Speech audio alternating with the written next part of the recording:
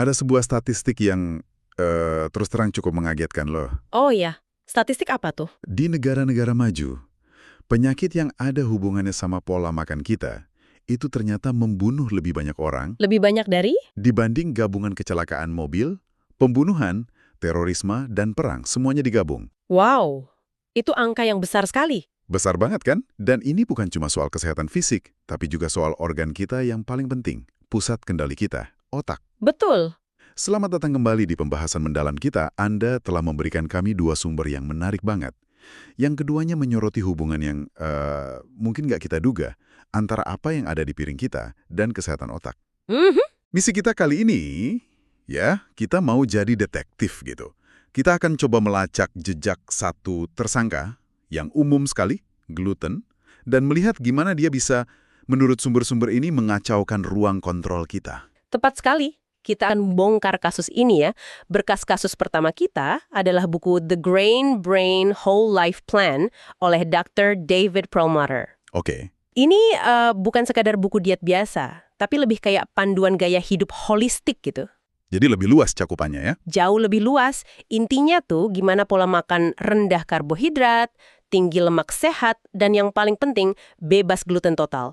Bisa meningkatkan kinerja otak. Ini buku panduan bagaimana caranya. Oke, itu sumber pertama. Yang kedua? Nah, berkas kedua kita ini e-book, judulnya 22 Natural Ways to Optimize Mitochondria. Yang ini membawa kita ke tingkat yang jauh lebih kecil, mikroskopis. Sampai ke level sel ya? Betul, ke dalam sel-sel kita. Di sini dijelaskan apa itu mitokondria, pembangkit energi sel kita, dan gimana cara mengoptimalkannya supaya dapat energi lebih, pikiran lebih jernih, dan bahkan bisa memperlambat penuaan. Oke, mari kita bongkar ini. Kedua sumber ini menyajikan argumen yang kuat banget. Jadi pertanyaan besarnya, gimana bisa sepotong roti atau semangkuk pasta yang kelihatannya biasa aja, ternyata bisa berdampak ke otak? Nah, itu dia pertanyaannya. Saya kira kalau kita ngomongin gluten, paling banter masalahnya sakit perut atau kembung. Tapi sumber-sumber ini bilang dampaknya jauh lebih besar ya, sampai ke peradangan sistemik. Gimana itu bisa terjadi? Ini titik awal yang krusial banget. Seperti yang dijelaskan di Green Brain, ketika seseorang itu sensitif terhadap gluten, dan ini penting ya, bahkan tanpa perlu menderita penyakit seliak. Oh, jadi nggak harus seliak? Nggak harus. Tubuh itu akan merespons dengan memproduksi molekul-molekul pemicu peradangan, namanya sitokin. Sitokin, oke. Nah, peradangan ini bukan kayak pergelangan kaki yang terkilir terus bengkak di satu tempat. Bukan peradangan lokal gitu ya? Betul. Bayangkan ini lebih kayak api kecil yang nyala terus-menerus di dalam tubuh Anda. Sumbernya bilang gangguan di seluruh tubuh yang mendidih perlahan. Wah, ngeri juga istilahnya. Dan api ini nggak diam di satu tempat. Partikel-partikel peradangan ini ikut beredar di dalam aliran darah. Jadi ini bukan masalah di perut aja, tapi masalahnya menyebar lewat sirkulasi darah. Dan karena otak kita butuh banyak banget pasokan darah, makanya otak jadi target empuk. Tepat sekali. Otak itu salah satu organ yang paling rentan terhadap bara api peradangan ini. Bahkan buku itu mengutip penelitian yang menunjukkan kalau gangguan mood kayak depresi itu seringkali akarnya dari peradangan, bukan sekadar ketidakseimbangan kimia di otak. Oh, jadi bukan cuma soal serotonin gitu? Bukan cuma itu. Jadi makanan yang memicu peradangan di usus bisa muncul sebagai kabut di otak atau mood yang jelek. Oke, jadi ada api peradangan. Tapi gimana api ini bisa keluar dari sistem pencernaan dan nyebar ke seluruh tubuh? Pasti ada semacam kebocoran kan? Nah, betul. Ini membawa saya ke konsep yang sering saya dengar tapi jujur belum sepenuhnya paham. Usus bocor atau leaky gut. Apa sih yang sebenarnya terjadi di sana? Ini bagian yang paling menarik dari temuan Dr. Alessio Fasano dari Harvard yang dirujuk di Grain Brain. Oke. Di dalam gluten itu ada biang keladinya, namanya gliadin. Nah, temuan Dr. Fasano ini menunjukkan bahwa ketika gliadin menyentuh dinding usus kita, tubuh kita merespons dengan melepaskan zat bernama zonulin. Anggap aja dinding usus kita itu kayak tembok benteng yang sel-selnya tersusun rapat banget. Oke, rapat. Nah, fungsi zonulin ini kayak seorang penjaga gerbang yang tiba-tiba diperintahkan untuk membuka semua gerbang benteng. Tunggu, jadi tubuh kita sendiri yang membuka gerbangnya karena dipicu sesuatu yang kita makan. Itu kedengarannya agak aneh. Persis. Seharusnya gerbang itu cuma terbuka sedikit untuk nutrisi, terus tertutup rapat lagi. Tapi gliadin ini, dia menipu tubuh untuk terus membuka gerbangnya lebar-lebar. Wah, Akibatnya, partikel makanan yang belum tercerna sempurna, bakteri dan toksin bisa bocor dari usus masuk ke aliran darah.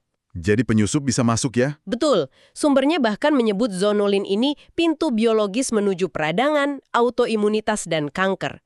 Tingkat zonulin yang tinggi ditemukan pada hampir semua penyakit autoimun. Wow, jadi pada dasarnya gluten menipu tubuh kita untuk merusak pertahanannya sendiri. Kalau begitu, jika dinding pertahanan usus bisa dibobol, gimana dengan dinding pertahanan otak? Bukannya otak punya sistem keamanan super ketat yang disebut blood-brain barrier itu? Pertanyaan yang bagus banget, dan disinilah ceritanya jadi makin serius. Penelitian terbaru, seperti yang dijelaskan di sumber, menunjukkan kesamaan yang luar biasa antara struktur dinding usus dan penghalang darah otak. Oh, strukturnya mirip. Mirip. Dan ternyata, protein gliadin yang sama yang menyebabkan usus bocor juga bisa meningkatkan permeabilitas atau kebocoran pada penghalang darah otak. Tunggu sebentar. Jadi otak bocor itu bukan cuma kiasan, tapi benar-benar bisa terjadi secara fisik. Sistem keamanan VIP di otak kita bisa ditembus. Secara fungsional ya, implikasinya besar banget. Gimana tuh? Zat-zat pemicu keradangan dan toksin yang seharusnya nggak akan pernah bisa menyentuh jaringan otak yang sensitif, kini bisa menembus masuk. Ini kayak membiarkan penyusup masuk ke ruang kontrol utama. Iya, Bun. Dan kondisi otak bocor ini telah dikaitkan dengan berbagai masalah neurologis. Ada Alzheimer, MS, kejang, dan bahkan autisme. Kerusakan yang sudah terjadi langsung di dalam otak. Oke. Ini benar-benar mengubah cara saya memandang sepiring pasta. Jadi, penyusup sudah berhasil masuk ke ruang kontrol. Apa yang mereka lakukan di dalam sana? Mari kita beralih ke sumber kedua kita, soal mitokondria. Apa yang terjadi pada sel-sel otak kita di tingkat energi? Nah, sekarang kita masuk ke ruang mesin setiap sel, yaitu mitokondria. Pembangkit listriknya ya? Betul, pembangkit listrik mungil yang menghasilkan energi untuk semua fungsi tubuh. Dan otak kita, meskipun kecil, itu organ yang paling boros energi. Boros banget kan? Banget, beratnya cuma sekitar 2% dari berat badan, tapi makai sekitar 20% dari total energi tubuh. Wow! Sumber mitokondria menjelaskan bahwa peradangan yang disebabkan gluten itu menciptakan apa yang disebut rentetan stres oksidatif di dalam sel. Stres oksidatif. Saya pernah dengar istilah itu. Bisa dijelaskan dengan analogi yang lebih gampang nggak? Tentu. Bayangin aja mitokondria Anda itu kayak mesin mobil. Nah, stres oksidatif itu seperti karat yang mulai terbentuk di dalam mesin. Oke, karat. Atau mesin yang dipaksa kerja terlalu keras sampai kepanasan dan berasap. Karat atau panas ini merusak mitokondria secara langsung, membuatnya nggak efisien lagi dalam menghasilkan energi. Jadi pembangkit listriknya mulai padam satu persatu gitu ya? Persis. Dan gejala awalnya mungkin bukan sesuatu yang dramatis, tapi lebih kayak lampu yang mulai meredup. Tepat. Gejala awalnya bisa berupa kabut otak atau brain fog. Ini pasti banyak yang ngerasain. Oh, itu sering banget. Momen di mana Anda masuk ke sebuah ruangan dan lupa mau ngapain, atau sulit sekali fokus. Nah, itu bisa jadi pertanda pembangkit listrik di otak Anda lagi nggak optimal. Dalam jangka panjang, kerusakan mitokondria yang masif ini sangat terkait dengan hampir semua penyakit neurodegeneratif. Ini menjawab banyak hal, tapi saya yakin banyak pendengar kita yang mikir, oke, ini kedengarannya serius, tapi saya kan nggak punya penyakit seliak. Apa ini masih relevan buat saya? Ini poin yang krusial banget dan sumber-sumber ini menekankannya berulang kali. Kondisi yang disebut sensitivitas gluten non-celiac atau NCGS. NCGS, oke? Ya, itu sekarang jadi diagnosis medis yang diakui secara luas. Dan yang paling penting, Anda nggak perlu merasakan gejala pencernaan yang jelas untuk kena dampaknya. Oh, jadi bisa tanpa gejala di perut? Betul. Kerusakannya bisa jadi sunyi di usus, tapi sangat terasa di otak. Jadi gejalanya bisa murni neurologis, tanpa sakit perut sama sekali? Bisa jadi. Grain Brain mengutip sebuah studi penting dari Italia. Di studi ini, para partisipan yang diduga punya NCGS diberi sedikit gluten, cuma setara 2 lembar roti. Sedikit sekali ya? Sedikit. Hasilnya, mereka nggak melaporkan masalah pencernaan yang signifikan, tapi mereka melaporkan peningkatan drastis pada gejala, pikiran berkabut, dan depresi. Wah. Ini bukti kuat bahwa bagi sebagian orang, organ target utama gluten itu bukan usus, tapi otak. Oke, mari kita coba rangkum jejak-jejak yang sudah kita kumpulkan. Kita mulai dari peradangan di usus, terus ada pintu gerbang yang terbuka lebar, penyusup masuk ke aliran darah, menembus pertahanan otak, dan menyebabkan karat pada pembangkit listrik sel. Apa artinya semua ini kalau terjadi terus-terusan selama bertahun-tahun? Kalau kita hubungkan semua titik ini, kita lihat sebuah jalur biologis yang jelas dari makanan di piring menuju risiko penyakit otak yang serius. Peradangan kronis, usus dan otak yang bocor, serta kerusakan mitokondria, ini semua adalah mekanisme fundamental yang menghubungkan gluten dengan peningkatan risiko kondisi seperti demensia, Alzheimer, Parkinson, dan MS. Jadi hubungannya jelas sekali ya? Jelas, Dr. Promotor bahkan bilang di sumbernya, biji-bijianlah yang dapat membuat tubuh berbalik melawan dirinya sendiri. Wow! Selain kerusakan aktif yang ditimbulkannya, apa ada dampak lain dari usus yang sudah rusak ini? Maksud saya, apa ada hal baik yang jadi nggak bisa masuk? Tepat sekali. Ini konsekuensi langsung yang sering kelewat, malabsorpsi nutrisi. Malabsorpsi. Gagal serap ya? Betul. Ketika dinding usus meradang dan rusak akibat gluten, kemampuannya untuk menyerap vitamin dan mineral penting jadi sangat terganggu. Oh, iya juga. Padahal otak kita sangat bergantung pada nutrisi kayak vitamin B, zat besi, magnesium untuk bisa berfungsi.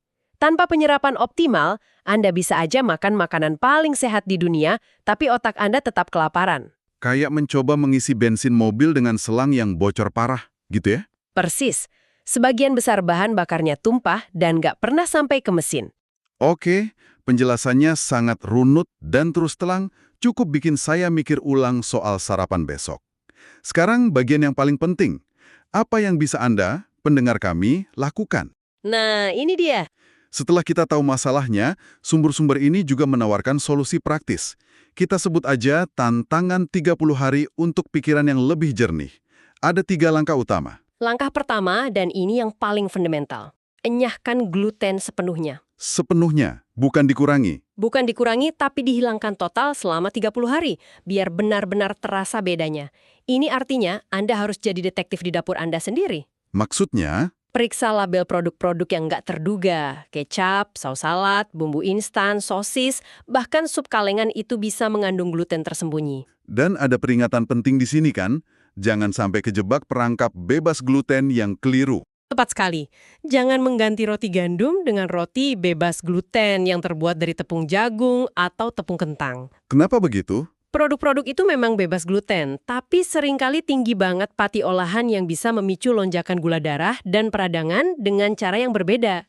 Tujuannya bukan cuma mengganti, tapi menghilangkan pemicunya. Oke, jadi langkah pertama eliminasi total. Lalu penggantinya apa? Ini membawa kita ke langkah kedua, transisi ke lemak sehat dan serat. Ini bukan tentang diet kelaparan kan? Sama sekali bukan. Ini tentang mengganti bahan bakar. Anda menukar makanan berbasis gluten dengan lemak berkualitas tinggi dan serat yang melimpah.